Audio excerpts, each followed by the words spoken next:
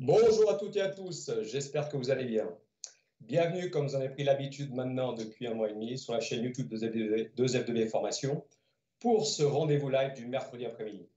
Je suis Xavier Levacle, chef de projet 3.3 et analyste vidéo au sein du pôle formation de la Fédération.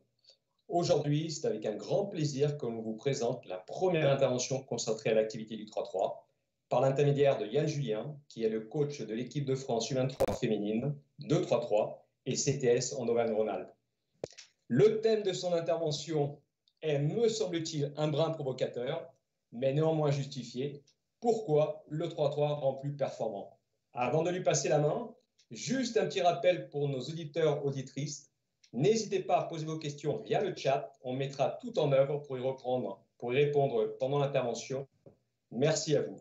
Bonjour Yann, comment vas-tu? Merci pour ta participation à ce live. Je te laisse la parole et te souhaite une bonne intervention. À tout à l'heure. Bonjour Xavier, bonjour à toutes, bonjour à tous. Merci effectivement de cette invitation. Ça fait toujours extrêmement plaisir de pouvoir partager sur le 3-3. Pensez aussi à partager ce lien vidéo avec vos amis, en sachant que le replay sera aussi normalement disponible dès ce soir sur la chaîne FFBB Formation. N'hésitez pas à mettre des petits pouces bleus et puis à partager effectivement cette vidéo sur le plus grand nombre. Donc, je dois intervenir sur effectivement cette thématique. Pourquoi le 3-3 rend plus performant? Forcément, vous l'aurez compris, et Xavier l'a dit en introduction, c'est un brin provocateur, c'est bien plus compliqué que ça et vous pouvez poser des questions tout au long de l'intervention. J'y répondrai avec grand plaisir. Voilà. En introduction, ce qu'il faut arriver à saisir par rapport au 3-3, c'est que tout un tas de contraintes sont venues se greffer sur l'activité et c'est ces contraintes-là qui vont avoir un impact immédiat sur le joueur et notamment sur son développement. Alors, ces contraintes, quelles sont-elles? Il va y avoir déjà les règles du jeu qui sont différentes. On peut penser au temps d'attaque, qui va durer 12 secondes. On peut penser aussi aux situations de sortie de balle qui vont changer beaucoup de choses par rapport notamment à la transition. Il va y avoir aussi des espaces. Donc, on a assez vite à l'esprit que le terrain de 3-3 est plus petit et on pense souvent, malheureusement à tort, que c'est la moitié d'un terrain de 5-5, un demi-terrain. En fait, ce n'est pas tout à fait vrai, c'est encore plus petit que ça. On le reverra sur une diapo qui suivra. L'arbitrage, alors l'arbitrage est légèrement différent par rapport au 5-5, notamment parce qu'il est un petit peu plus permissif. On y reviendra aussi sur une slide qui va suivre. Et forcément, ça a des conséquences. La densité des joueurs, effectivement, sur un terrain de 3-3, il y a 6 joueurs, contrairement au 5-5, où il y en a 10. Et forcément, du coup, ça nous permet effectivement de pouvoir jouer des choses différentes. Il n'y a pas de coaching en live. Ça a une véritable incidence, notamment sur les aspects psychologiques et en termes d'autonomie. On parlera de ça plus tard dans l'intervention également. C'est quelque chose d'assez important. Et enfin, ce qui vient un peu agréger tout ça, j'ai envie de dire, qui pousse tout ça vers le haut, c'est la compétition, parce que là, on passe sur le grill de la vérité, et à un moment, tout ce qu'on a mis en place, ça doit être effectivement ressorti sur la compète. Alors, maintenant que j'ai parlé de ça, je peux vous développer un petit peu le plan de cette intervention. Donc ça, on en a parlé, c'est les contraintes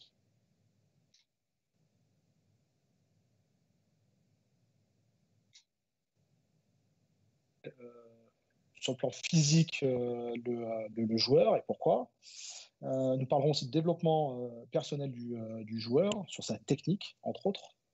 Les manœuvres, donc là, c'est plutôt sur l'aspect tactique. En quoi le 3-3 permet effectivement de passer peut-être un cap sur l'aspect tactique du jeu.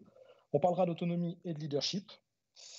On fera aussi un point, parce que c'est bien pour ça que je ne l'ai pas dit dans le sommaire, c'est-à-dire que dans le sommaire, je suis resté évasif et que je n'ai pas cité exclusivement le joueur. Il s'agit aussi du coach qui peut, grâce au 3-3, lui aussi se développer.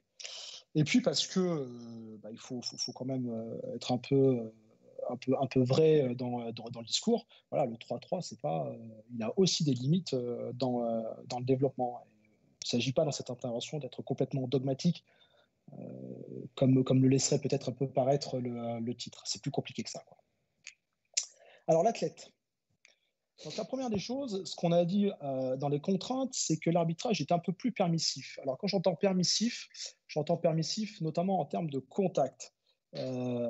Certains ont peut-être encore les images de la Coupe du Monde en masculin à Nantes en 2017, en France.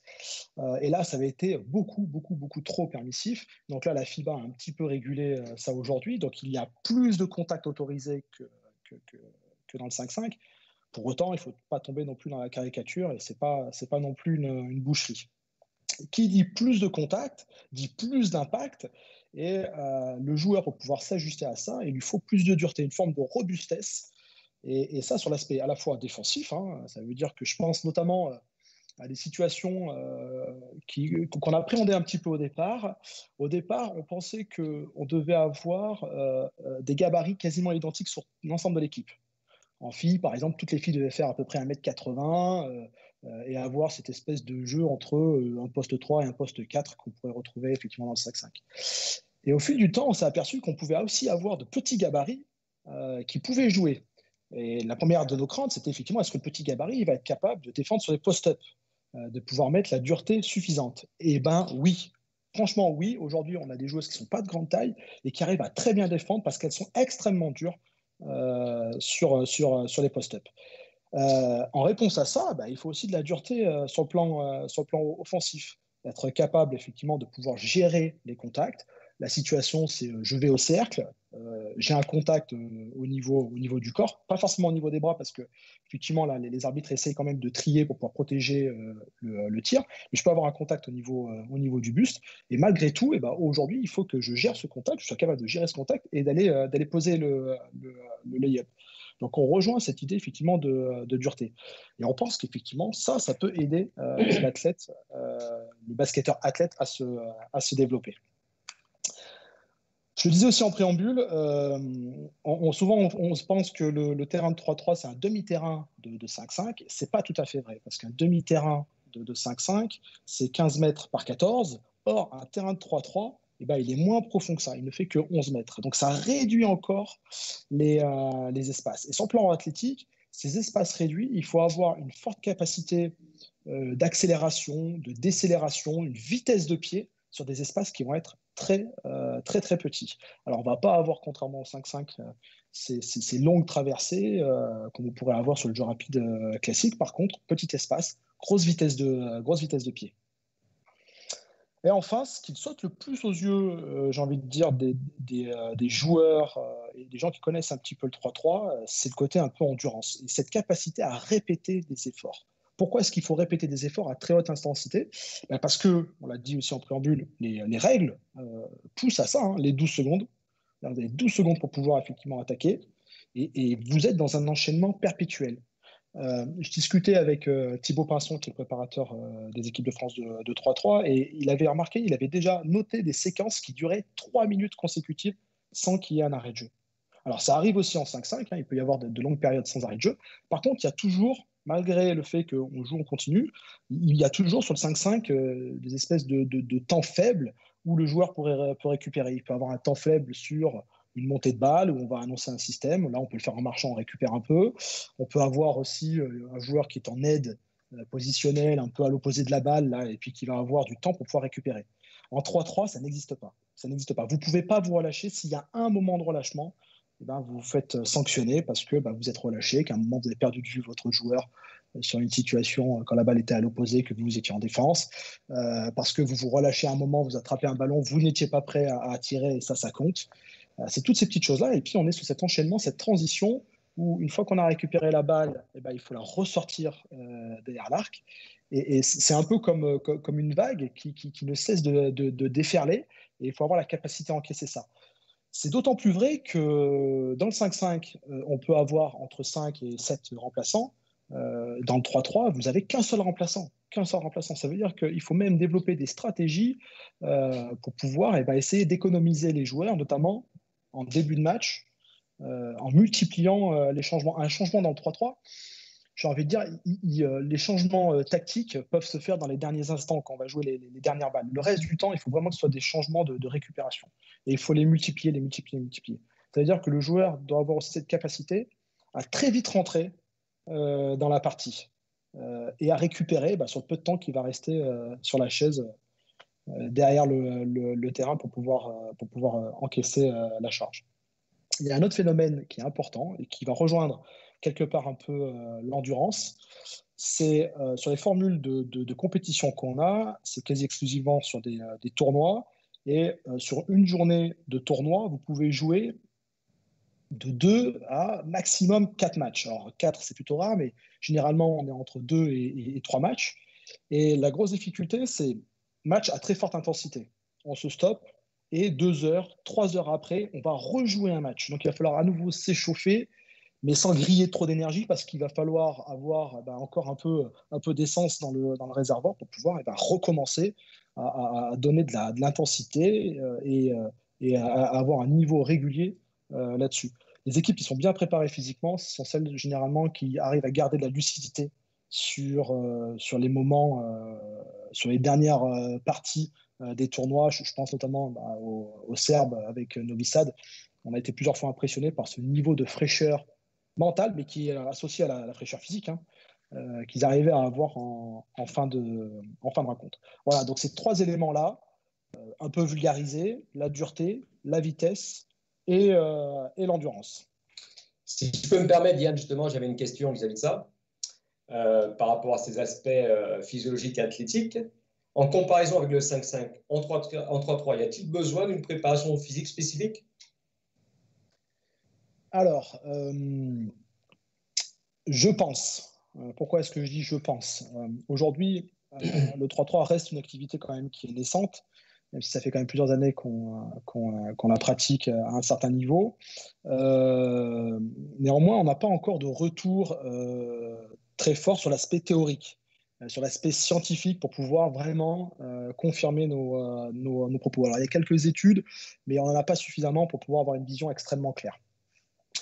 Néanmoins, de par les aspects que je vous ai présentés, j'ai envie de dire on passe un cap quand même de façon générale dans cette dureté, cette endurance et sur cette vitesse sur les espaces réduits. La problématique que nous, on a, c'est qu'aujourd'hui, nos joueurs en équipe de France, nos joueurs de 3-3 en équipe de France, sont d'abord des joueurs de 5-5. Et on les récupère dans l'enchaînement d'une saison. Donc, notre première priorité, c'est de pas faire n'importe quoi. Et il y a un temps qui est consacré effectivement à la récupération. Et après, je dirais plutôt à de l'affûtage pour pouvoir les remettre en selle pour la compétition. Donc, le préparateur physique fait un gros travail, notamment sur les échauffements, sur les routines, de façon à préparer l'athlète à cette haute intensité. Il n'y a pas encore un travail, je dirais, de volume, parce qu'on n'a pas les joueurs tout au long de l'année. Le jour où peut-être on aura effectivement des joueurs spécialistes et qui feront ça tout au long de l'année, on pourra avoir un travail un peu plus en volume par rapport à ces différentes qualités-là. Et puis un truc qu'il ne faut pas aussi négliger, c'est simplement l'adaptation des athlètes à la compétition. Et dans nos préparations, on a à cœur effectivement de jouer beaucoup. Alors, on aménage un peu en début de préparation.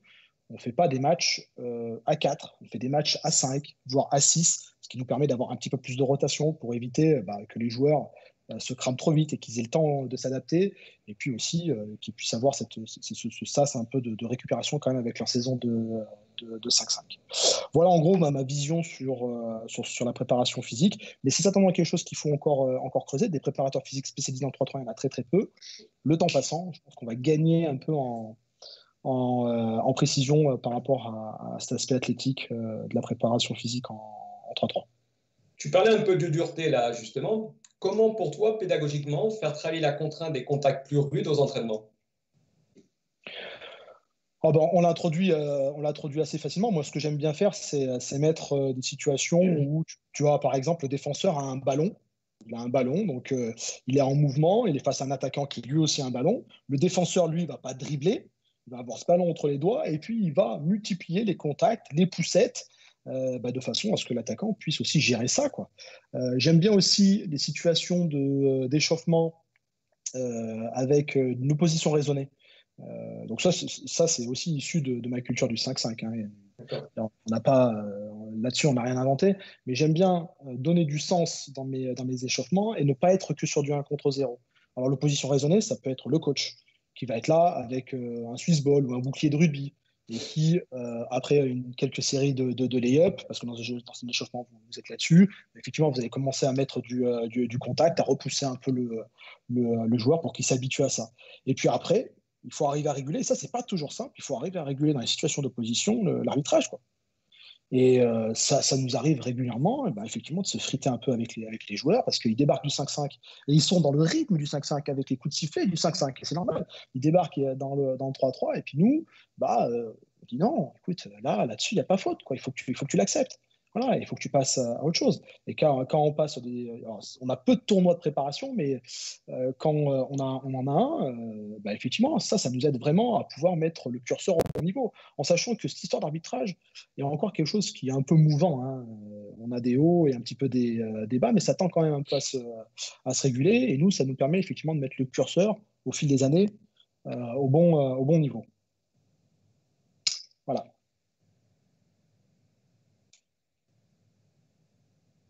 Xavier? Vas-y, tu peux Ok, continuer. pardon. Vas-y, Je vas-y. Je n'avais pas pour l'instant plus de questions, donc tu peux continuer. Je reviendrai vers toi, Super. t'inquiète pas. Ok, merci. Alors, donc là, du coup, on va attaquer le développement du joueur. On pense réellement que dans le 3-3, on essaye en tout cas, et je ne voudrais pas que mes propos soient mal interprétés, mais on essaye de faire en sorte que le joueur soit au centre du projet. Je m'explique. Pour tous les coachs, le groupe est hyper important.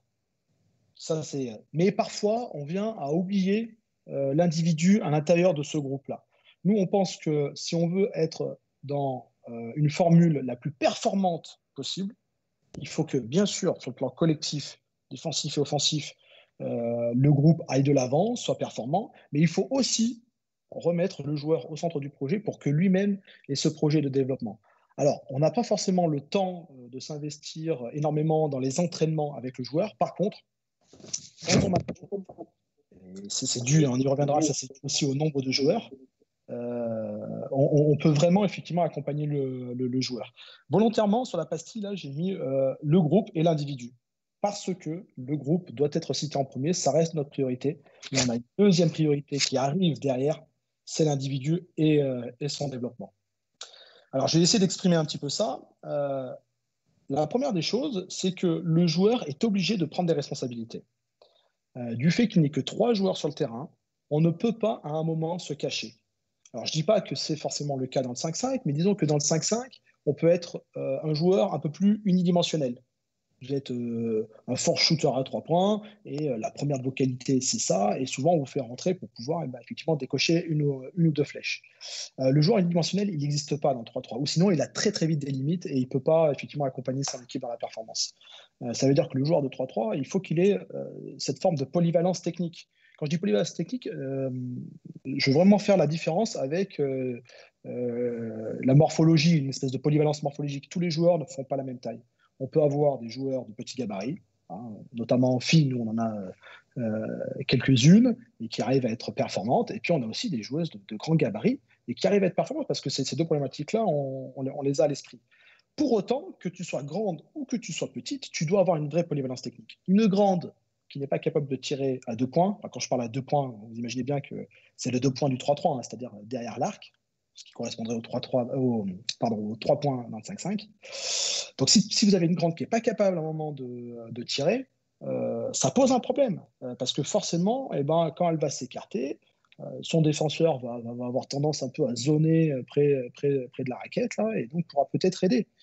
Et donc, on va se priver d'une joueuse qui pourrait avoir un tir très intéressant. Ça, c'est pas possible. Comme la petite, dans sa technique, elle doit avoir la capacité à défendre à un moment sur une grande, sur un post-up. Et là, effectivement, il y a quelques éléments techniques à apprivoiser et dont la joueuse peut se servir. Donc, en fait, à la fois cette prise de responsabilité et à la fois cette polyvalence technique vous oblige à vous développer. Quelqu'un qui, effectivement, peut être catalogué comme... Alors, c'est marrant parce que, du coup, j'ai eu cette discussion-là avec une joueuse il n'y a pas très longtemps. Et elle me disait, moi, dans le 5-5, j'étais plutôt un joueur typé défenseur. Ma première des qualités, c'était défenseur. Et puis finalement, en attaque, c'était je ne devais pas faire de conneries, que la forme de jeu se développe, et puis à la fin, la balle devait arriver à l'américaine, qui allait prendre sa responsabilité et tirer. Et elle me dit, en fait, moi, le 3-3 m'a obligé à prendre de la responsabilité en attaque, dans la création, hein, à porter la balle dans la raquette pour pouvoir alimenter mes coéquipières, à pouvoir peut-être driver pour aller poser effectivement un lay-up, mais aussi à devoir prendre des tirs extérieurs. Et donc, du coup, ça lui a développé sa polyvalence, ça lui a développé sa gamme, on va dire, de fondamentaux. Et donc, ça a eu une incidence après sur son jeu qu'elle a pu traduire sur le 5-5. Le dernier point que je voudrais évoquer là-dessus, c'est la créativité technique. Souvent, c'est issu des joueurs. Parce que nous, coach, le joueur aussi, on pourrait le dire aussi, mais je pense que le joueur, étant donné qu'il n'y a pas de coaching en live, il se sent un petit peu plus libre par rapport à ça, et c'est tant mieux. Mais en fait, nous, on vient surtout avec notre culture du 5-5. Et faire passer de la culture du 5-5 à la culture du 3-3, c'est pas simple. C'est Richard qui dit souvent ça, et l'image est très juste. Enfin, Richard, le sélectionneur national, il dit souvent que en fait, c'est un petit peu comme changer de logiciel. C'est comme si vous passiez effectivement de Windows à Mac ou de Mac à Windows. Il faut tout rechanger ses habitudes. Et donc, du coup, pour nous, c'est pas toujours simple d'avoir cette créativité. Les joueurs l'ont un petit peu plus. Et parfois, il faut être capable de repérer la créativité technique, de pouvoir la choper et de pouvoir effectivement la renforcer en disant effectivement ce que tu as fait là, c'est extrêmement juste. D'accord. Et il faut absolument que tu le gardes. Parfois, ça vient aussi du coach, hein, je ne dis pas, mais en tout cas, ça doit être quelque chose qui doit être partagé. On va voir une vidéo par rapport à ça et je la lance tout de suite. Ici, nous allons voir une technique de passe créative. La joueuse va passer la balle entre les jambes du défenseur en sortie d'écran. Donc, au-delà du côté spectaculaire, il faut surtout y voir une pertinence technique. En effet, dans ce genre de situation, les défenses ont souvent tendance à changer en sortie d'écran ou en pick and roll. Et dès lors, on peut se retrouver avec un porteur de balle de petite taille face à un défenseur de grande taille. Et l'espace entre les jambes est un espace très dur à défendre. Le coach ou le joueur peuvent être à l'initiative de cette technique, le plus important étant que ce soit surtout un langage commun et partagé par l'ensemble de l'équipe, et dont l'objectif est vraiment l'efficacité. Alors maintenant, nous passons sur les manœuvres. Donc là, on est plus sur l'aspect tactique. Vous allez voir qu'il y a une forme de dualité qui s'installe sur ces manœuvres tactiques. Et j'aimais beaucoup cette phrase d'Einstein. Alors, elle m'a été soufflée par un collègue, pour ne pas le nommer, Gwen Pestel, mais elle est hyper intéressante parce qu'elle exprime bien la dualité. À la fois, il faut que nous, on puisse pousser au maximum la simplicité. Et ça, c'est extrêmement intéressant. Ça nous permet de pouvoir retrouver des fondamentaux qu'on oublie un petit peu dans le 5-5 à cause de la densité des joueurs. Et du coup, les joueurs peuvent retourner là-dessus sur des choses extrêmement simples, on le verra un petit peu plus tard. Et du coup, pourquoi aller plus loin si déjà il y a des choses simples qu'on peut déjà faire et mettre en place? Ça veut dire qu'il y a une exploitation complète du temps fort. Et j'ai bien dit du temps fort parce que fondamentalement, dans le 3-3, on n'en a qu'un. Sur le 5-5, on peut avoir un enchaînement de 2 ou 3 temps forts. Dans le 3-3, on n'en a qu'un et c'est dû aux 12 secondes. On peut généralement pas avoir un deuxième temps fort, de toute façon très très rare. Donc, en fait, la simplicité, elle doit être exploitée sur ce temps fort et on doit vraiment essayer de la maximiser. L'exemple qu'on va voir là dans quelques secondes, c'est les fondamentaux de base, hein, type le passe-va, de type le backdoor. Et moi, je me dis que si effectivement le joueur de 3-3 il arrive à retrouver ça, il est tout à fait possible que dans certaines situations, il puisse à nouveau le réinculquer dans le 5-5. Et on sait très bien qu'à très haut niveau, c'est qu'un cumul de détails qui fait la différence. Et donc, un joueur qui est capable d'être très performant sur le backdoor, il va peut-être en passer qu'un dans le 5-5. Dans le 3-3, il en passera certainement plusieurs. Dans le 5-5, il en passera un. Mais c'est peut-être ce backdoor-là, ce panier facile-là, qui peut faire la différence après. Je vais vous passer donc une vidéo qui est faite par Gwen Pestel, justement. Et on travaille là ensemble avec tout un groupe sur une formation. Et donc, vous trouverez, pour ceux que ça intéresse, hein, prochainement dans cette formation-là, qui s'appelle le CS33. Cette vidéo-là est consacrée au backdoor. Donc, elle a été montée par Gwen. Je la lance immédiatement.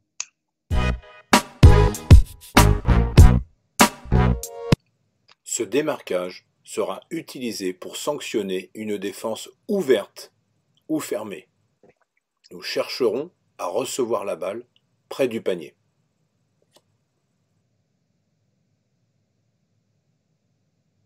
Dans un premier temps, les partenaires du porteur de balle doivent sortir derrière l'arc afin de fixer la défense à l'extérieur. Dans un second temps, le partenaire du porteur de balle concerné par le backdoor changera de rythme et de direction afin de recevoir la balle près du panier. Le porteur de balle optera pour une passe à terre ou bien une passe directe.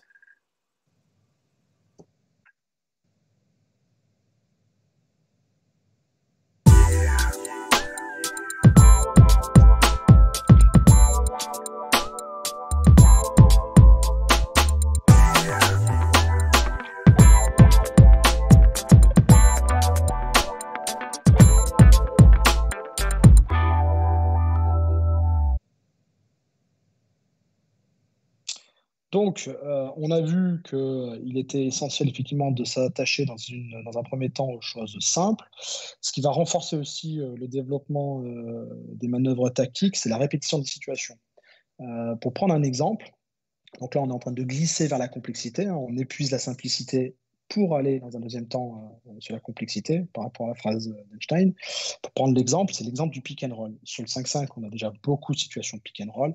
Et ben, par exemple, dans le 3-3, étant donné le format du 3-3, notamment le fait qu'effectivement on soit sur un seul panier, et ben, on va avoir une répétition qui va être beaucoup plus importante que ce qu'on pourrait trouver dans le 5-5. Le pick and roll en est l'exemple concret. Donc, pour résumer, ouais, vas-y, je t'en prie. S'il te plaît, Yann, j'avais justement une question vis-à-vis du pick and roll là. Ouais. Est-ce qu'offensivement, le pick and roll, vous l'abordez de la même manière qu'au 5-5 ou y a-t-il une approche différente par rapport aux espaces de jeu que vous pouvez avoir justement en 3-3? Alors, c'est une très bonne question. Il va y avoir des fondamentaux qui sont communs, bien entendu, hein. Je pense notamment à la pause, à la prise du pick and roll. Par contre, c'est vrai que par rapport aux espaces, on a une gestion qui est un petit peu différente. Je m'explique. Dans le 5-5, notamment, alors c'est pas tout le temps le cas, mais en tout cas sur ces pics qui sont posés dans l'axe, notamment avec des 5, on a beaucoup de 5 qui vont avoir tendance à rouler de façon rectiligne. C'est-à-dire qu'entre l'endroit où ils ont posé l'écran et le cercle, ça se passe en ligne droite. Et pourquoi ça se passe en ligne droite sur les pics, ces écrans porteurs là qui ont lieu dans l'axe? Mais parce que en roulant vers le cercle immédiatement, on va poser de sérieux problèmes aux Z qui pourraient venir de part et d'autre, en augmentant les distances que les joueurs vont parcourir pour pouvoir venir poser ces Z. Dans le 3-3, on a une densité de joueurs qui est moins importante. Donc en fait, dans le roulé, on va avoir plutôt tendance à chercher à rouler en donnant beaucoup d'angles, en ayant cette espèce de course en courbe. Nous, on appelle ça le banana roll. Et en fait, en faisant ce banana roll, on complexifie la collaboration défensive. La collaboration défensive en 3-3 sur un pick and roll, elle se fait à deux. Défenseur du porteur et défenseur du poseur d'écran. Extrêmement rarement à 3, parce que si vous commencez à collaborer effectivement à 3 sur un pick and roll, et ben vous exposez un joueur à 2 points qui risque d'être libre, et le tir à 2 points est tellement rentable qu'on ne peut pas se permettre d'en prendre. Donc la collaboration, généralement, elle se fait à 2. Si on veut poser des problèmes à cette collaboration-là, il faut qu'on recrée de l'espace en fait, entre le porteur de balle et le non-porteur. L'idée du banana roll, je m'écarte avant d'aller au cercle. Et le deuxième attrait de ce banana roll, c'est qu'effectivement, en ayant cette course-là en arc, voilà, derrière, vous ouvrez un angle de passe qui est beaucoup plus simple pour pouvoir. C'est plus simple d'attraper un ballon qui va vous arriver de côté qu'un ballon qui vous arrive de derrière. Donc ça, c'est la grosse différence qu'on peut avoir, notamment par rapport au 5-5. Par contre, je tenais à dire quelque chose qui est hyper intéressant, c'est que la prise de responsabilité offensive va améliorer la relation du joueur sur le pick and roll en général. Je m'explique. Parfois, il arrive que dans le 5-5, on joue un pick and roll avec comme priorité passer la balle. Ça peut être passer la balle effectivement à la personne qui roule ou passer la balle à un joueur qui serait démarqué à l'extérieur. Dans le 3-3, notre première des priorités, c'est quand vous prenez le pick, c'est d'être tout de suite dangereux offensivement, moins porteur de balle. Et ça change fondamentalement les choses parce que si moi, je suis dangereux à la sortie du pick en tant que porteur de balle, forcément, je vais forcer les collaborations défensives. On va être obligé à un moment de venir aider, de changer, en tout cas d'avoir une collaboration. Et derrière, je vais pouvoir rentrer dans la relation de passe. On est vraiment dans ça. Et il y a pas mal, effectivement, de joueurs et de joueuses qui me le répètent. Ils me disent le fait de devoir prendre des responsabilités, notamment derrière le pic, être capable, derrière le pic, de pouvoir m'arrêter, tirer, derrière le pic, parce que ça a changé de jouer la grande. Derrière, il y a eu adaptation défensive. Et donc, du coup, là, mon jeu de passe prend un sens qui est d'autant plus important. Voilà un petit peu les différences qu'on peut noter entre le pick and roll et la façon dont on l'aborde en 3-3 par rapport à quelque chose de plus classique. Dans tes explications, tu as parlé un peu de collaboration défensive, justement, parce que tu parlais de l'attaque, mais quel type de stratégies sont les plus utilisées en 3-3, justement? Alors, il y a énormément d'équipes qui changent.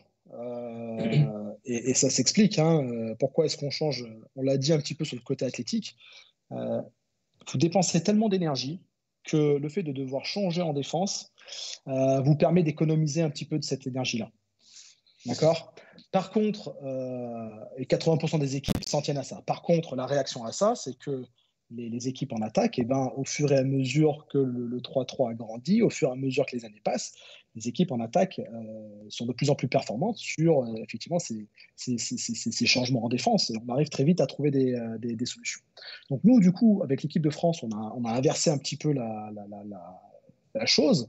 On défend d'abord en essayant soit de pouvoir passer avec, soit au pire, on suit avec une collaboration où on va protéger un demi-bras pour surtout chercher à casser la course vers le cercle du porteur de balle. Et puis après, on reprend. Et on ne va switcher qu'en dernier ressort. C'est vraiment, on switch qu'en cas d'urgence. Et quand généralement on cherche à switcher, on ne le fait pas par le bas, ça veut dire qu'on ne va pas freiner le rouler vers le cercle, on va plutôt l'accompagner en essayant de changer par le haut et en accompagnant le rouler. Mais encore une fois, c'est vraiment en cas d'urgence. Merci pour tes réponses.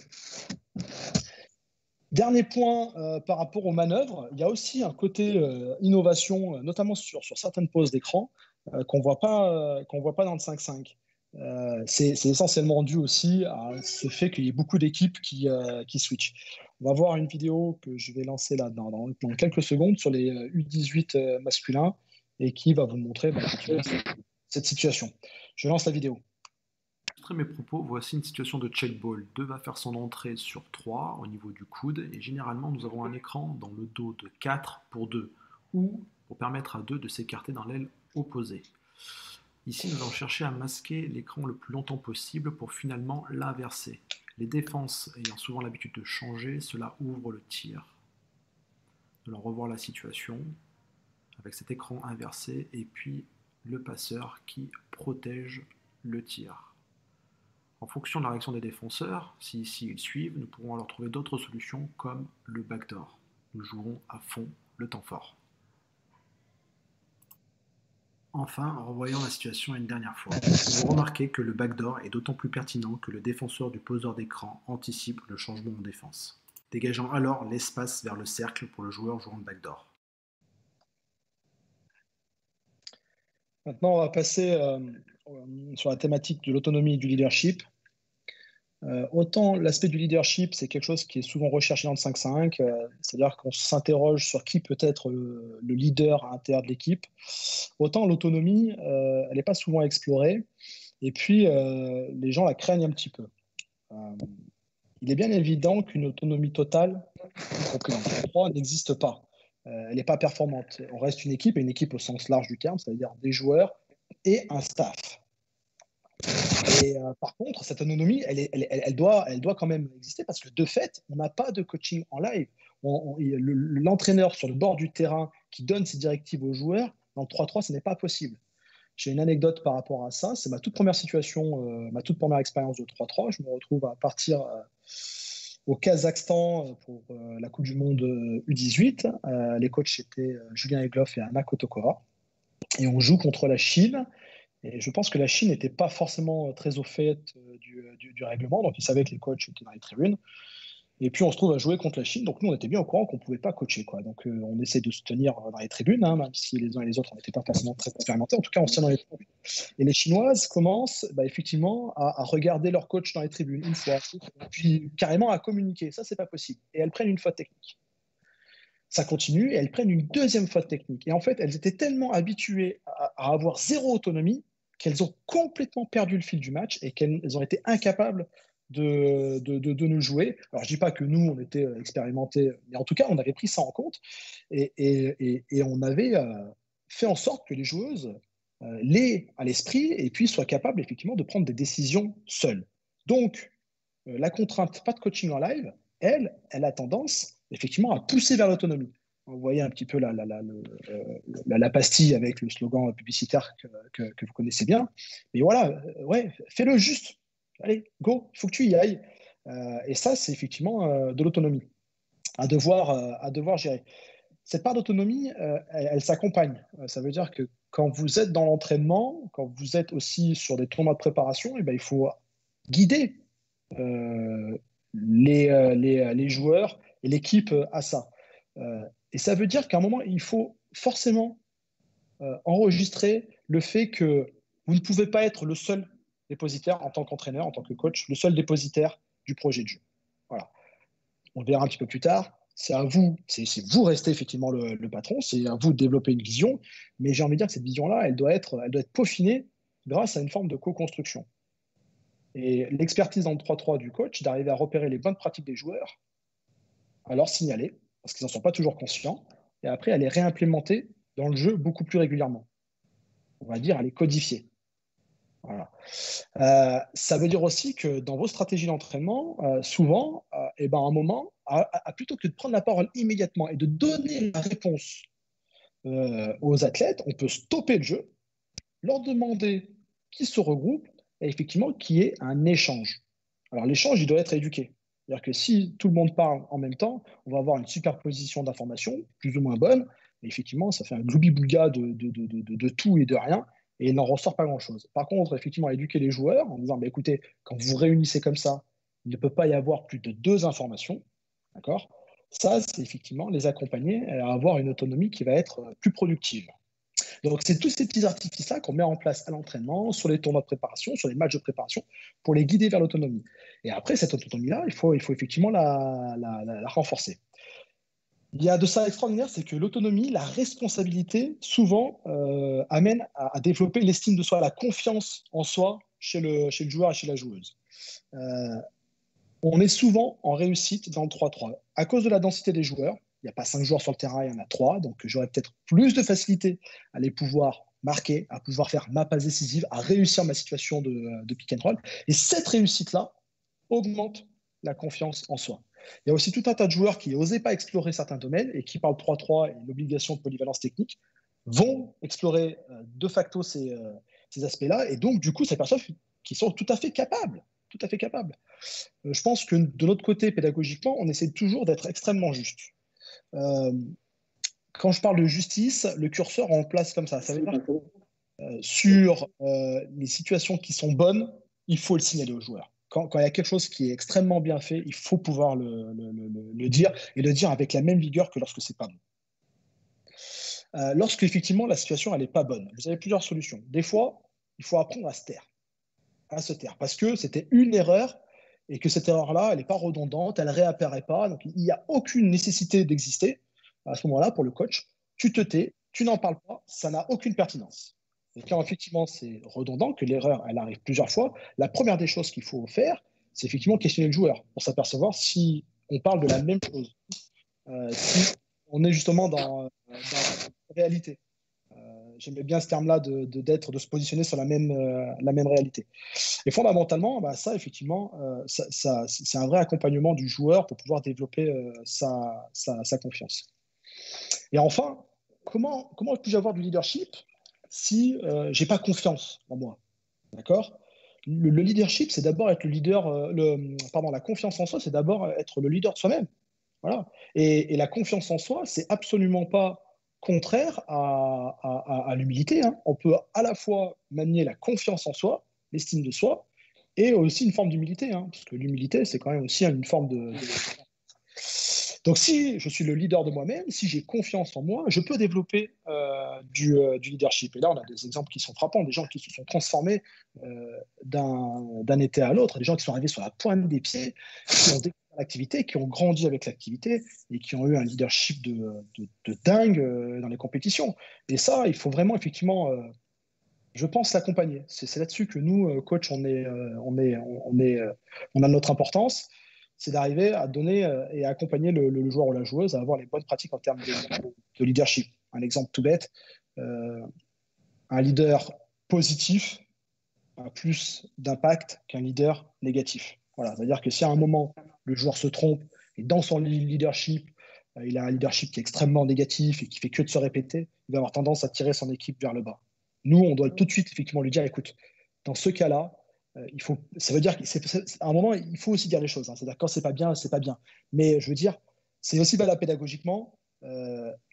Pour un feedback négatif, il faut 3 feedbacks positifs. Si on respecte cette règle-là, généralement, les joueurs trouvent que c'est plus pertinent et ça leur permet de plus avancer. Et le leader, il doit se comporter de la sorte.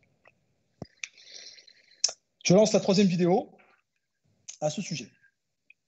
Alors ces images pour vous montrer quel niveau d'autonomie peut atteindre une équipe. Il s'agit donc de la finale de la Nations League. 20-13 entre la France et la Russie. Et la possession est pour la France. Le reste avec les commentaires originaux. Seguela. Vergia. Seguela and France clinches the title with a throwdown. L'histoire est très belle. Surtout que cette équipe a failli se faire sortir sur le tour précédent et a réalisé un exploit en arrachant la victoire face à l'Ukraine. Au-delà de tout ça, il faut revenir un peu en arrière pour voir ce qui s'est réellement passé. Ici, nous sommes revenus juste avant la dernière possession et nous voyons Franck Seguela qui demande des consignes particulières sur le check-ball à ses coéquipiers. Pour rappel, il n'y a pas de coaching en live de la part de l'entraîneur. Les joueurs sont donc seuls face à leur choix. D'un point de vue tactique, le coach et les joueurs avaient remarqué que sous cette forme de jeu, il y avait très souvent un surnombre de créés et que le 3e défenseur perdait de vue régulièrement son attaquant, laissant l'espace pour aller au cercle.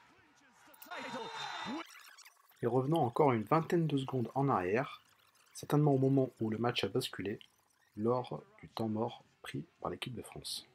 C'est à ce moment-là que le leadership s'exprime le plus fortement et que le groupe arrête le choix final en autonomie. Même si on a le rebond, on essaie de le mettre en place. La suite de l'histoire, vous la connaissez. On va attaquer quasiment la dernière partie de l'intervention. Donc là, c'est une slide qui est plutôt consacrée au coach d'une équipe de 3-3. Je pense que lui aussi, l'activité 3-3 peut l'aider à se développer. Le titre de cette slide, c'est le coach, l'observateur et le manager. En fait, je l'ai détaillé comme ça parce qu'on va avoir une temporalité qui va être divisée en 3. Il y a toute la partie avant la compétition, où là, on est dans un schéma qui est plutôt classique de coach en termes de préparation, à l'exception faite que vous allez commencer effectivement avec une vision et un projet qui est relativement détaillé, mais que, chemin faisant, dans votre préparation, vous devez avoir cette hauteur d'esprit de pouvoir modifier ce projet-là, d'avoir, en fonction du contexte, en fonction de l'évolution de vos joueurs, de la progression, des aléas, une blessure, un changement de joueuse, une joueuse plus performante que finalement vous allez préférer à une joueuse qui a été moins performante dans une sélection. Il faut avoir cette capacité, chemin faisant, de pouvoir prendre la gomme et puis gommer une partie du projet initial et de le réécrire. Et ça, je pense que ça doit se faire dans une volonté de co-construction, d'essayer effectivement d'impliquer les joueuses à avoir une réflexion par rapport à ce projet-là. Plus elles vont être actives, plus elles vont avoir cette réflexion-là, plus elles sont actrices. Et en étant actrices, en faisant, finalement, on devient. Et donc, du coup, on renforce encore l'idée d'autonomie et de cette capacité à s'approprier complètement le projet et puis à pouvoir le mettre en place et appuyer sur le bon bouton quand vous serez dans la compétition. Donc là, justement, il y avait une question. Ouais. Il y avait une question par rapport au coach. Excuse-moi de t'interrompre. Le coach, il n'est pas bien sûr sur le banc, mais comment donne-t-il ses consignes avant le match? Y a-t-il un briefing? Oui, complètement. Complètement avant le match. Alors, ça va dépendre de la temporalité, effectivement, de la compétition, mais de toute façon, il y a généralement, on va dire, en termes de préparation, on se concentre plutôt sur nous, d'accord? Et notamment grâce à la vidéo. Je trouve extrêmement intéressant de pouvoir faire effectivement des retours par rapport à nos performances. J'aimerais qu'on passe un cap, et tu le sais bien, par rapport aux entraînements, parce que je pense que dans l'entraînement, il y a aussi des choses à filmer. Ce qui est intéressant avec la vidéo, c'est que la vidéo, c'est factuel. À un moment, quand le coach dit à un joueur ou une joueuse dans l'entraînement, bah, écoute, tu étais trop écarté, et lui, il te dit, mais non, mais si, tu étais trop écarté. Là, la vidéo, c'est le juge de paix. Hein. Vous amenez la vidéo, dites, regarde, ah oui, j'étais trop écarté. Ok, donc ça, c'est un outil qui est extrêmement intéressant. Donc, je pense que la vidéo est vraiment intéressante dans la construction. Et puis après, quand on va approcher de la compétition, on va effectivement essayer d'aller explorer ce que fait l'adversaire. Voilà. Il faut être extrêmement précautionneux de façon à ne pas surcharger, j'ai envie de dire, le joueur d'information. C'est un peu comme un ordinateur. Vous ouvrez 25 000 programmes, vous faites 15 téléchargements, vous regardez YouTube, vous faites autre chose à côté, et l'ordinateur, au bout d'un moment, il bug. C'est exactement la même chose avec le joueur. L'expertise du coach, là-dedans, dans la préparation, ça va être avec l'analyste et l'ensemble de son staff, de choisir les images qui vont être les plus pertinentes. Et parfois, il faut renoncer. J'ai un copain qui me dit souvent, entraîner, c'est choisir. Ben, vous le retrouvez là, quoi. Et effectivement, dans votre expertise de coach, vous devez faire certaines fois des choix. Et ça, un petit peu plus tard, vous le retrouvez aussi dans le briefing. Le briefing, il a une double, on va dire, un double objectif. Le premier, ça va être de réguler un petit peu le stimulus d'énergie. Hein, parfois, il faut secouer un peu les joueurs. Donc là, on va avoir plutôt un briefing un peu péchu. Et parfois, il faut faire réduire un petit peu effectivement le stress. Alors, c'est un détail, mais encore une fois, c'est la somme des détails qui fait la différence. Et là, le briefing, il va être à la fois aussi court. Et le deuxième objectif qu'on poursuit dans ce briefing-là, c'est de rappeler les priorités, rappeler les clés du match. Et on ne s'étend pas en racontant tout ce qu'il y a à savoir sur l'adversaire. Ça serait beaucoup trop de choses et ça serait finalement contre-productif. Et puis enfin, le match va se dérouler. Et là, on passe dans la deuxième phase. Donc là, hop, j'enchaîne, Xavier. La deuxième phase où on est dans la compétition. Et là, c'est extrêmement particulier parce qu'on va se mettre dans une situation où on est un observateur, parfois un supporter, mais surtout un observateur. J'entends par là que vous ne pouvez pas interagir avec vos joueurs et vous devez prendre ce recul-là pour essayer d'analyser le match le plus possible. Pourquoi c'est hyper important d'analyser le match? Vous pourrez quelquefois avoir recours à la vidéo, à un certain niveau, avec à la fois du matériel puis une personne qui est consacrée à ça. Puis parfois, vous ne pouvez pas. Et même si vous avez des fois accès à la vidéo, il faut avoir les idées les plus claires possibles pour pouvoir derrière enchaîner les matchs. Parce que généralement, vous jouez un match, vous en avez un 2 ou 3 heures après. D'accord? Et il faut que vos idées soient claires pour pouvoir donner les bonnes consignes de régulation, les bonnes consignes pour le match qui suivra. Et c'est vrai que parfois, on est un petit peu supporter, on a cette chance-là où on peut un petit peu se faire plaisir. Mais l'image que j'ai mise là, elle est vraiment intéressante parce que finalement, on est noyé dans le public. Voilà. Des fois, ça nous arrive, et moi le premier, d'essayer de donner des consignes, mais on se fait plaisir à soi, parce que les joueuses ne vous entendent pas. Et si on se fait attraper par la patrouille, on est très vite sanctionné. Et enfin, le troisième temps, il est après, c'est le temps que j'appelle le temps du manager, pour faire la référence au management. Et là, l'idée, c'est vraiment de réguler les énergies. Et très vite, très très vite, réguler les énergies. J'entends par là qu'il est des fois nécessaire, parce que la prestation, et grâce à l'observation, on a pu l'analyser, que la prestation était plutôt intéressante, malgré la défaite. Et il va falloir effectivement avoir ce niveau de management avec les joueuses pour très vite les rassurer, renforcer les points sur lesquels on a été bon, et puis peut-être gommer les quelques erreurs qu'on a pu avoir. Mais réguler les énergies, ça veut dire aussi des fois recadrer son groupe. Hein. Et ça arrive, y compris des fois dans les victoires. Hein. J'ai des souvenirs où moi, à un moment, effectivement, quand il faut se lâcher, il faut le faire. Parce que les joueuses attendent ça de vous aussi. Hein. Vous devez vous êtes à la fin, au bout du compte, vous restez le patron. Donc elles ont besoin d'être challengées, et on le verra un petit peu plus tard aussi. J'aime bien l'idée aussi de dire, des fois, j'aime bien aussi que les joueuses aient ce niveau d'exigence-là par rapport au staff, le coach y compris, qu'on soit capable de challenger le staff et d'avoir un niveau d'attente assez important. Et il y a une bonne façon de challenger, hein. Il ne faut pas gueuler pour telle et telle raison, mais à un moment, de venir effectivement, pour le bien du groupe, et pour qu'il avance, arriver à poser les bonnes questions ou à soumettre des fois une idée, c'est extrêmement pertinent. Justement, par rapport à toutes ces différentes postures que tu viens de nous exprimer sur ta slide, en tant que coach, y a-t-il pas un sentiment de frustration de ne pas pouvoir intervenir comme tu le voudrais pendant le match? Alors ça, c'est une question qu'on me pose souvent. Les gens me disent, mais c'est dingue, tu n'étais pas frustré de ne pas pouvoir coacher? Alors je leur dis, si, je coach, mais pas de la même manière que dans le 5-5. c'est un peu ce que j'ai décrit là. Et moi, je prends énormément de plaisir là-dedans. La première des choses, c'est que quand vous attaquez dans le 3-3, vous le savez. Vous le savez que vous n'avez pas le droit de coacher en live. Voilà. Donc, vous avez déjà cet a priori où, bah, OK, c'est le prérequis, c'est je ne peux pas coacher. Donc, vous n'y allez pas non plus dans l'inconnu, quoi. Vous savez bien que c'est pas possible. Et après, bah, ça vous oblige effectivement à déployer des ressources plus importantes sur l'avant et sur l'après. Je suis débarrassé du coaching en live. Donc, du coup, je peux être ultra concentré sur l'avant et sur l'après. Et je développe, j'ai l'impression aussi, mes capacités d'observation.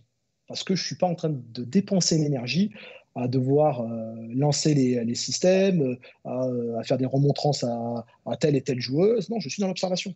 Je suis dans l'observation. Et c'est pour ça que je trouve que le 3-3 en complément du 5-5 pour un coach est une occasion de pouvoir se développer.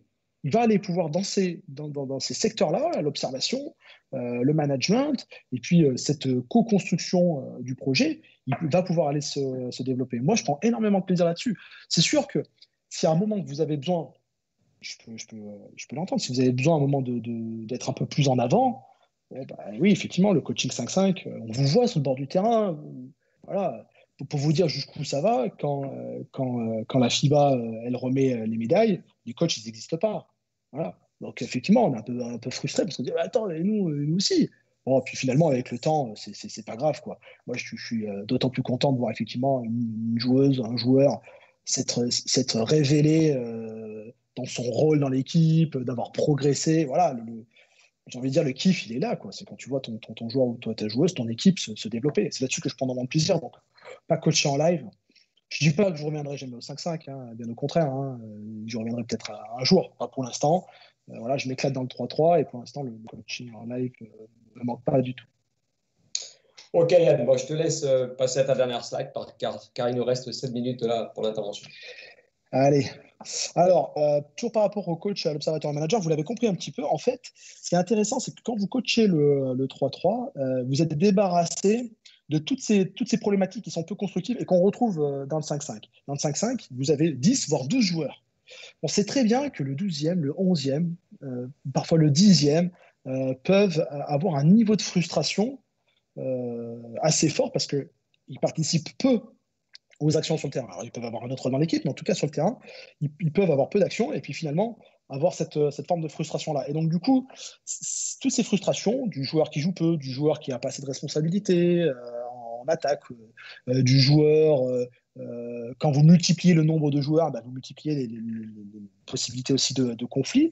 Toutes ces problématiques bah, qui sont peu constructives demandent beaucoup d'énergie au coach de 5-5 à gérer. Et cette énergie-là, elle n'est pas inépuisable. Dans le 3-3, j'ai envie de dire qu'on est débarrassé de ces problématiques-là et que donc, du coup, on peut être complètement focus sur l'équipe et l'accompagnement de chaque joueuse et de l'équipe. Et ça, c'est hyper intéressant, bah, notamment pour pouvoir se développer dans ce secteur-là.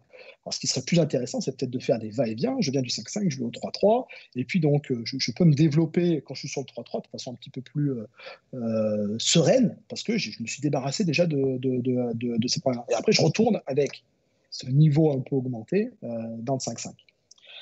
Je voulais aussi signaler que ce qui est intéressant, c'est aussi de développer à nouveau cette co-construction. Effectivement, la majeure partie du temps, c'est le staff qui donne la direction, mais que les joueuses et les joueurs peuvent aussi avoir leur mot à dire et que du coup, on l'accueille beaucoup plus facilement dans le 3-3, dans le 5-5. Pas qu'on soit mieux fait, hein, on est les mêmes que dans le 5-5, c'est que justement, on n'a pas ces problématiques-là.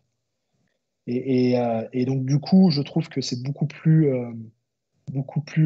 pertinent en termes de développement. En tout cas, c'est mon sentiment par rapport au développement du coach, l'observateur, le manager. Dernière slide. Je vous l'ai dit en introduction, la volonté, c'est pas d'être dogmatique. Hein. Il y a bien entendu des limites par rapport au fait que le 3-3 rend plus performant. La première des choses, c'est si on revient par rapport au 5-5, c'est traverser le terrain.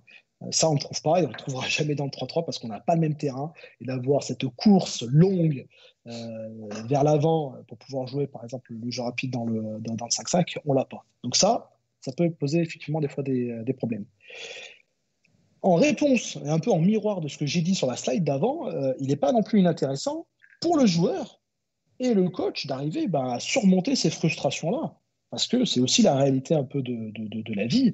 On est tous confrontés, alors pas que dans les 3-3, on nage systématiquement dans un monde de bisounours, hein, c'est pas ce que je dis, on a nous aussi effectivement des problématiques à gérer. Je trouve qu'elles sont moins nombreuses que dans le 5-5. Mais du coup, être capable de surmonter ces frustrations-là, d'apprendre à être sur un banc collé et d'essayer de se bagarrer pour, au fur et à mesure, peut-être d'une compétition, à gagner ses minutes sur le terrain, ça, ce sont aussi des choses qui sont intéressantes. Et une fois qu'on est embarqué dans la compétition de 3-3, ce point-là, par exemple, on le retrouve pas. Et enfin, dernière chose, c'est quand vous avez fait votre été de 3-3, c'est quand vous retournez dans le 5-5, il n'est pas aussi évident que ça. C'est pas comme un interrupteur et vous avez juste à basculer votre interrupteur. Il faut reprendre des habitudes. Et ces habitudes-là, il faut soit grâce à l'expérience, c'est-à-dire qu'on a des joueurs qui enchaînent les saisons 3-3, 5-5 et finalement quand ils retournent en 5-5, grâce à leur expérience vécue, ils arrivent très vite à réenclencher la machine 5-5, soit parce que effectivement vous êtes accompagné. Je pense notamment par exemple à la gestion des fautes ou au rebond. Je m'explique. Par rapport à la gestion des fautes, étant donné qu'on a un jeu qui est un petit peu plus dur dans le 3-3, quand vous revenez dans le 5-5, très souvent les joueurs et les joueuses me disent sur les matchs amicaux, je sors souvent pour 5 fautes, je fais 4 fautes, c'est compliqué, etc. Donc ça, effectivement, il faut être accompagné par rapport à ça. C'est-à-dire que le coach de 5-5, c'est intéressant quand il est sensibilisé à cette question-là. Il faut que le joueur, lui, il est aussi à l'esprit. Et pareil, chemin faisant, il arrive à réguler ça. Et par rapport au rebond, et je terminerai là-dessus, ce qui est vraiment intéressant, c'est que, et on ne l'a pas dit au-dessus, notamment dans la polyvalence technique, les petits peuvent prendre des rebonds offensifs. Les petits dans le 3-3 peuvent vraiment prendre des rebonds offensifs parce qu'ils ont beaucoup plus d'espace, qu'ils n'ont pas à gérer la situation de repli et qu'ils peuvent s'engager, notamment en contournant et en prenant beaucoup de vitesse d'élan, à venir choper des ballons dans le rebond offensif ou dévier, typer des ballons vers des coéquipiers dans le rebond off. Et si forcément vous réincluez cette habitude-là dans le 5-5, ça peut parfois pas tout le temps, hein, parce que ça peut être très bien exploité aussi par un coach de 5-5 qui dit tiens, ça c'est génial et je vais organiser mon repli défensif autrement. Mais effectivement, le coach qui a l'habitude que ce soit son 1 et son 2 qui replient en priorité, si le 1, le poste 1, il avait l'habitude de jouer les rebonds off dans le 3-3, ça devient dur pour lui de le réinclure dans le 5-5 dans ce cas-là. Voilà, Xavier. Merci. J'avais 2 petites questions quand même avant de terminer.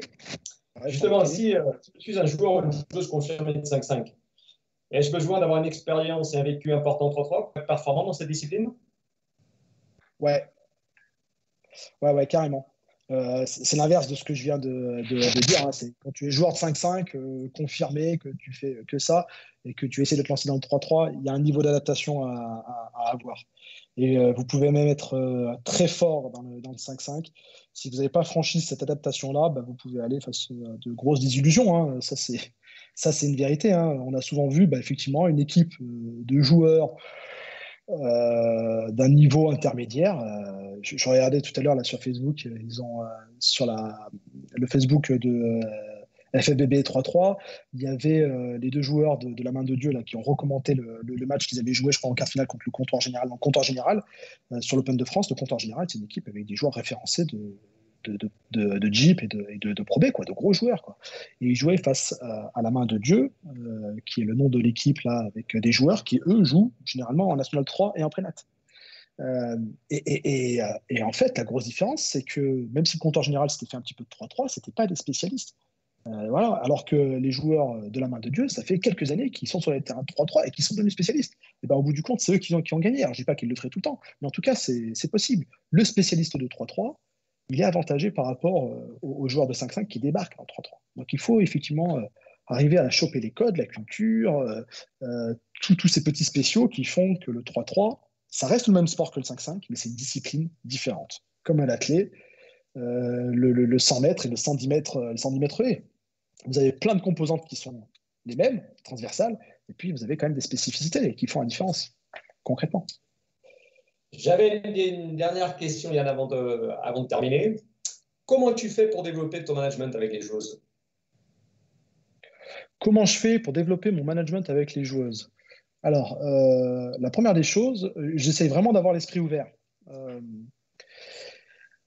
Au départ, quand vous commencez dans le coaching, dans le basket en général, dans le 5-5, vous regardez ce qui se fait beaucoup dans votre sport. regarder des cliniques, et ça, c'est des choses qui sont extrêmement intéressantes, et bien sûr qu'il faut continuer à le faire. Et puis après, chemin faisant, vous vous apercevez que c'est l'échange. Et là, vous gagnez un petit peu en expérience, parce que vous allez du coup prendre un peu de vitesse, plutôt que de devoir vous le vivre et parfois se casser les dents dessus. Et ben, l'échange avec d'autres coachs qui vont vous faire part de leur expérience peut vous faire gagner du temps. Donc là, l'échange, il est fondamental. Et puis après, quand je vous dis qu'il faut avoir une vraie ouverture d'esprit, c'est qu'il faut aller chercher dans la vie, sur des lectures. Alors, il y a le monde de l'entreprise qui regorge de choses sur le management qui sont des fois adaptables au monde du sport, parfois non. Et puis après, derrière, c'est d'avoir, je pense, si votre plus gros kiff, c'est effectivement de voir que, un petit peu grâce à votre accompagnement, parce que pas que, le joueur est quand même au centre de ce truc-là, mais un petit peu grâce à votre accompagnement, le joueur arrive à se développer, l'équipe, elle arrive effectivement à avancer. Et il ne s'agit pas que de médailles, vraiment. Mais là-dessus, si ça, c'est votre plaisir, bah, finalement, du coup, vous allez avoir une forte fibre pour le management. Et vous allez vous y impliquer d'autant plus. Et voilà, et ça nécessite effectivement du temps avec les joueurs et les joueuses, de discussion. Mais quand je parle de discussion, parfois, j'ai toujours un petit peu peur que ça soit interprété en disant, ouais, bah, copain. Non, il ne s'agit pas de ça. Moi, je suis d'abord là, mon job, c'est d'abord là de faire en sorte qu'on arrive à générer de la performance. Et ça, je le répète aux joueurs et aux joueuses. Et dans la discussion, bah, d'abord, il faut se dire les choses, quoi. Il faut se dire les choses. Et il ne faut pas y aller par quatre chemins. Il y a des joueurs à qui, quand on dit les choses, et ça, j'y crois beaucoup, ils peuvent mal le prendre au départ. Et en tout cas, des fois, il arrive que un petit peu après, le joueur, bah, tout ça, ça fait un peu son chemin. Et puis finalement, il dit, ouais, ok, il a raison. Mais si vous faites ça, je pense sincèrement que le coach, le staff, il doit avoir la même capacité d'écoute. Alors, à un moment, le joueur, c'est ce que je disais avec l'idée de challenger, quoi. Il faut que le coach ait les capacités aussi, des fois, d'écouter son groupe. Il ne s'agit pas de faire les girouettes et puis de changer l'idée à chaque fois. Non, c'est pas l'anarchie. C'est pas l'anarchie. C'est une forme de démocratie, un peu directive quand même. Mais à un moment, il faut effectivement être capable de prendre le pouls de son groupe, des joueuses, et d'écouter les bonnes pratiques. Voilà, Xavier. Ok, merci à toi Yann de nous avoir fait partager toute ta passion et ton enthousiasme pour le 3-3. Merci à vous, chers internautes, pour votre écoute. Et NFBB Formation vous donne dès à présent rendez-vous mercredi 13 mai à 14h pour la prochaine intervention. Ça sera avec Lamine Kébé, entraîneur de l'équipe de France U16 masculine et assistant en M1 sur le pôle France Yvan Magnini, et avec comme thème comment développer l'attaque du pick and roll chez les jeunes. Merci à vous. Xavier, j'avais un dernier mot à dire. Je voulais vraiment remercier l'ensemble des staffs des équipes de France, parce que ce travail-là, il est surtout effectivement un travail collaboratif. C'est le fruit de tous nos échanges qu'on a avec les collègues et sur toutes les catégories, des U17 jusqu'aux seniors masculins et féminins. Et puis je voulais aussi remercier les joueurs et les joueuses, parce que c'est quand même eux les acteurs de cette discipline. N'hésitez pas effectivement à liker la page FFBB Formation, à la partager. Et puis je vous remercie à tous de votre attention. Et puis rendez-vous mercredi prochain avec Lamine, c'est ça, Xavier? C'est avec Lamine Kébé, tout à fait. L'entraîneur du U16 masculin et assistant du pôle France Yvan Magnini en M1. Merci à toi Yann. Bonne fin de journée à tous et surtout prenez soin de vous. Bye bye. Bye bye.